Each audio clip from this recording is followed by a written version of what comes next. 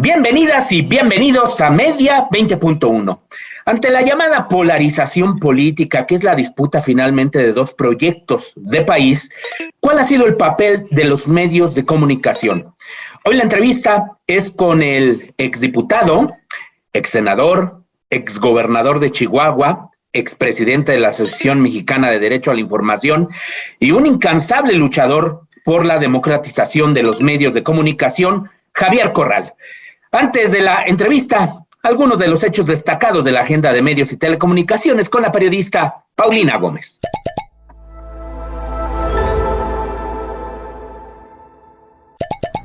Una de las compañías pioneras en contenidos para la audiencia de habla hispana, Televisa, ahora se partirá en 3 empresas como una estrategia más para sobrevivir en un mundo cada vez más digital.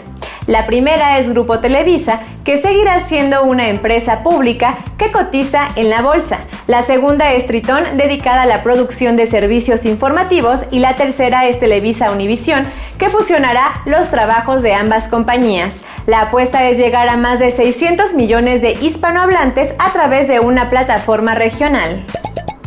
Las mujeres están más expuestas a diversos riesgos y el mundo digital no es la excepción. De acuerdo con datos del Consejo Ciudadano para la Seguridad y Justicia de la CDMX, las mujeres de 26 a 30 años reportan más delitos cibernéticos que los hombres en una proporción de 2 a 1. La ciberseguridad debe abarcar todas las acciones que protejan a todos y todas respecto del ciberacoso, sextorsión y robo de identidad. Es responsabilidad de todos construir entornos digitales seguros. Tras una publicación en el diario The Independent, Spotify se vio obligado a retirar 2 episodios de Freedom Files, podcast en el que participaba el famoso antivacunas Joe Rogan, quien insiste en calificar a las vacunas como peligrosas y malvadas. Teorías conspirativas en las que se califican a las vacunas como venenosas han circulado libremente por plataformas como Spotify, Apple y YouTube. Voceros de las empresas de streaming señalaron que los videos han sido removidos para violar sus políticas sobre COVID-19, así como el canal en el que se encontraban. Algunos músicos como Neil Young y Johnny Mitchell, sensibles a estas fake news, solicitaron a Spotify que su música sea retirada de su plataforma. Un diario danés es el primer medio en el mundo que pide perdón por no corroborar con otras fuentes los datos de las supuestas cifras del gobierno respecto a la pandemia.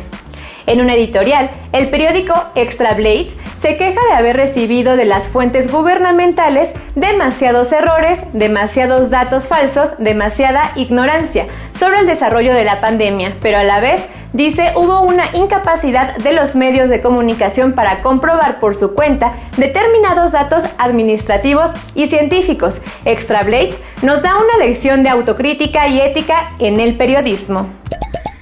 Bienvenido, Javier Corral, exgobernador, exdiputado, exsenador, expresidente de la MEDI, a Media 20.1.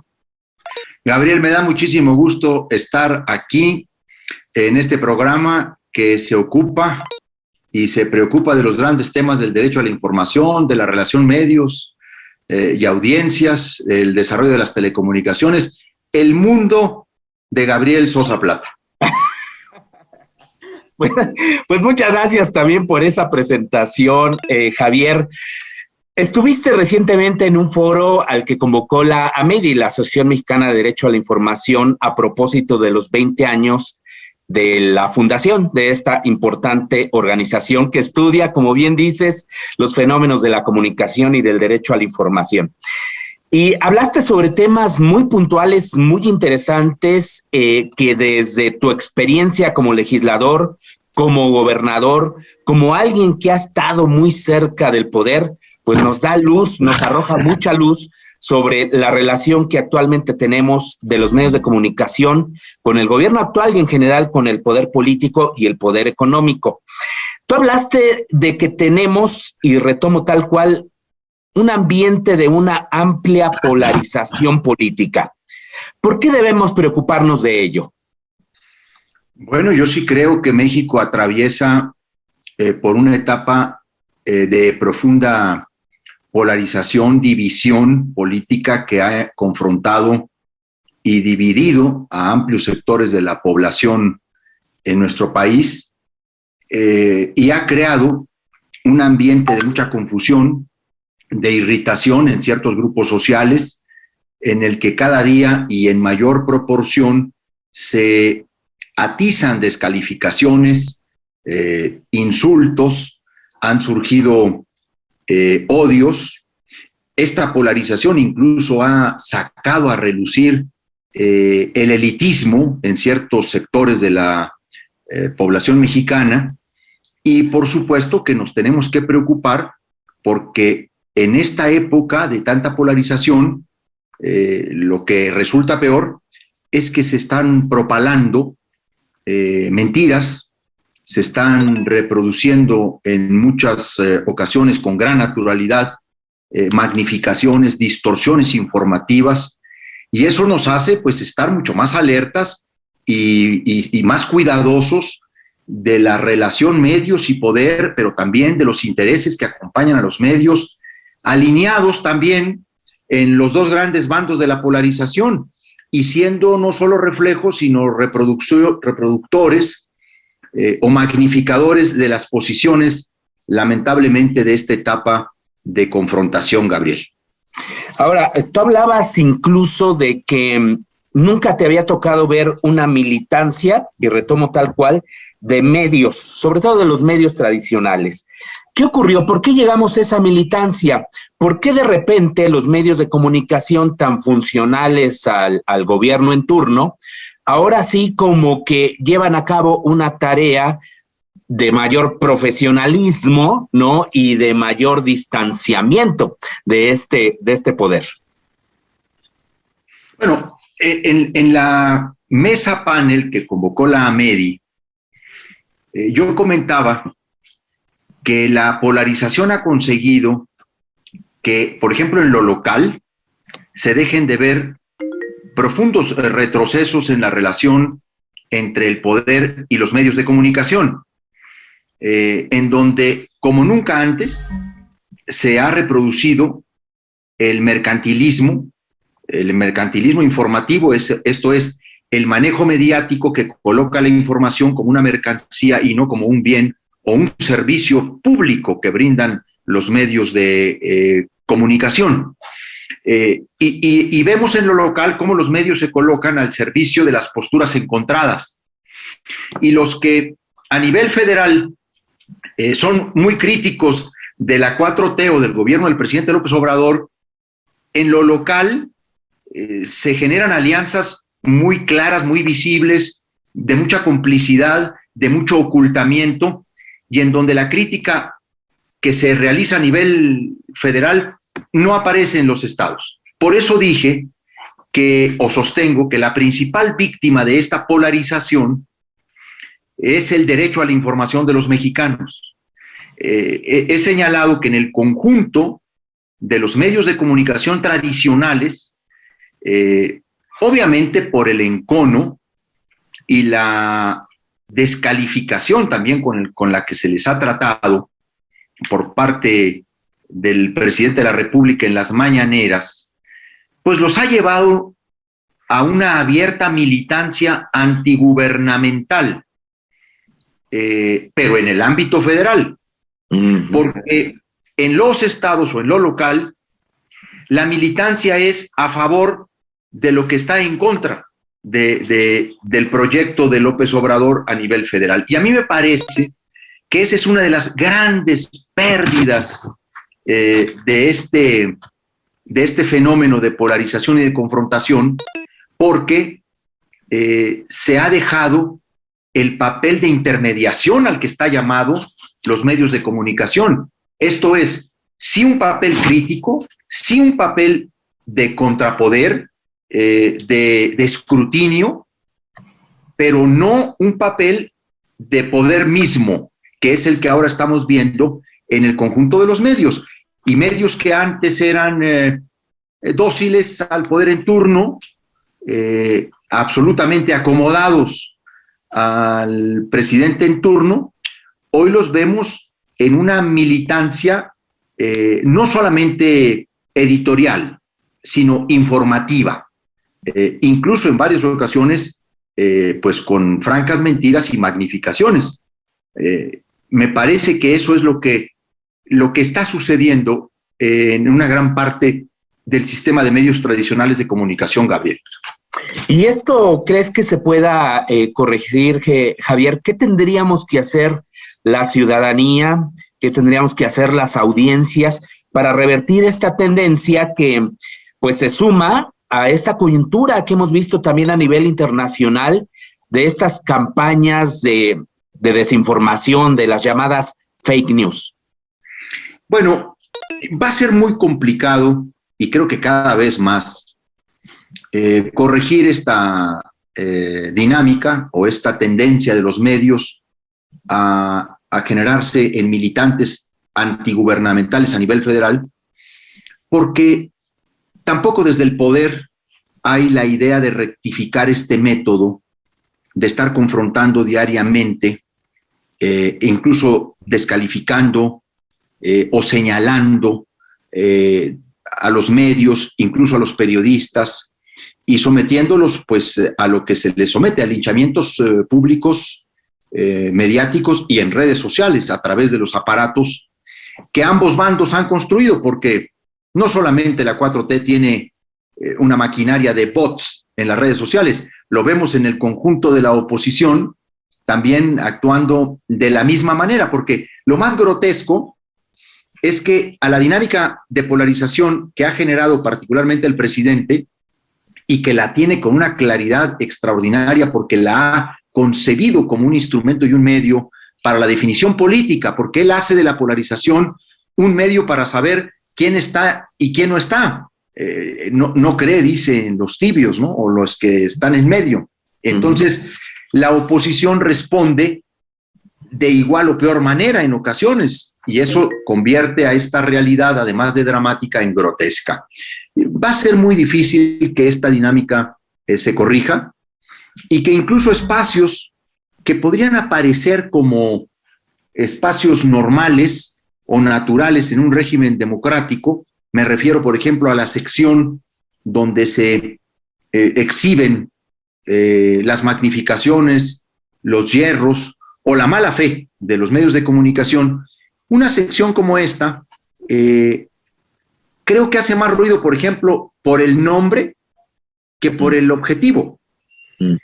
Quienes quieren las mentiras, pues ya lleva una intencionalidad acusatoria. Si esa sección se hubiera llamado derecho de réplica o derecho de respuesta o el presidente responde o etcétera, hubiera tenido otra connotación. Entonces yo creo que esta dinámica va a ser muy difícil revertirla porque además todo se enfoca ya a 3 años de que termine el sexenio del presidente López Obrador. Todo se enfoca ya a lo electoral y todo se está planteando desde una perspectiva político-electoral. Bueno, el presidente mismo abrió una competencia al interior de su partido 3 años antes de concluir, hecho que pues, lo único que hace no es reforzar, sino recrudecer el ambiente de contraste, de competencia, de confrontación. Una competencia político-electoral es zona de contraste y es zona de confrontación. Si desde la Presidencia de la República se alienta tan anticipadamente un proceso así, es de esperarse que en el entorno externo o del conjunto de partidos pues no cambie mucho la cosa. Y luego también hay que decirlo con toda claridad, los medios también están ganando económicamente, algunos de ellos con esta postura. O sea, cambiaron las fuentes de financiamiento, cambiaron las fuentes de patrocinio y por supuesto que también están encontrando rentabilidad económica en ser militantes abiertamente, algunos de ellos, o ser anti-López Obradoristas per se, vamos a decirlo de esa manera. Claro, y ahí están también parte importante de los capitales, algunos de ellos pues que están evidentemente en contra de la llamada 4T y en particular del presidente de la República. Tenemos ya que hacer una pausa, Javier. Bueno, Luego te queremos preguntar sobre los medios públicos, sobre también los medios independientes. En fin, hay mucho todavía que ver, que platicar con Javier Corral, así que por favor, no se vaya.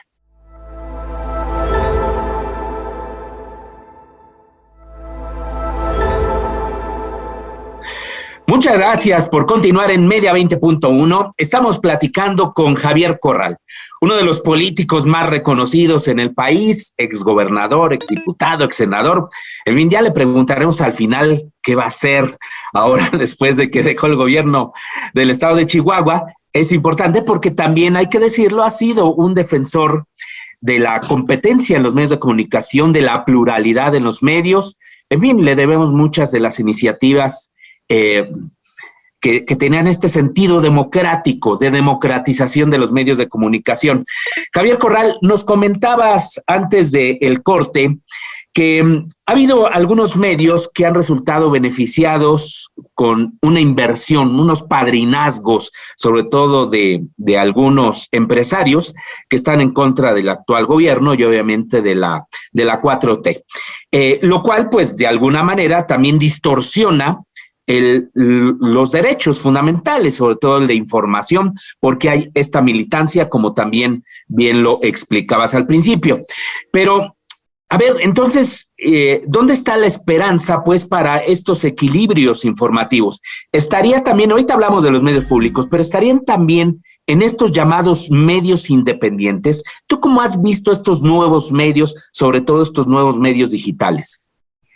bueno, fíjate que yo tenía gran esperanza en que las redes sociales se convirtieran en el gran contrapeso y equilibrio de la relación tradicional entre los medios y el poder en México, que son fundamentalmente el oligopolio radiofónico, el duopolio televisivo y los periódicos de la Ciudad de México que pretendidamente se llaman nacionales. Pero las redes sociales, lamentablemente, no solo no han cumplido esa labor de contrapeso y de equilibrio frente a la censura y a la autocensura de los grandes medios de comunicación, sino que en el anonimato de muchos perfiles y en la reproducción automática a través de mecanismos de reproducción simulada o engañosa, se ha hecho una reproducción mayor de este ambiente de confrontación y de polarización, en donde incluso la impunidad sobre mentiras y fake news es mucho mayor. Entonces, lamentablemente las redes sociales, a las que alguna vez el presidente de la República llamó las benditas redes sociales, ¿no? No han estado y no están, y no solo en el caso mexicano, sino en el mundo, están cumpliendo un papel muy distorsionador y muy amplificador de ese ambiente y de esa relación pervertida y podrida entre medios y poder. Ahí el anonimato incrementa el nivel de impunidad con el que se afirman las cosas, con la que se reproducen de manera irresponsable noticias falsas, y cómo la gente inmediatamente se traga las cosas, lamentablemente, ¿no?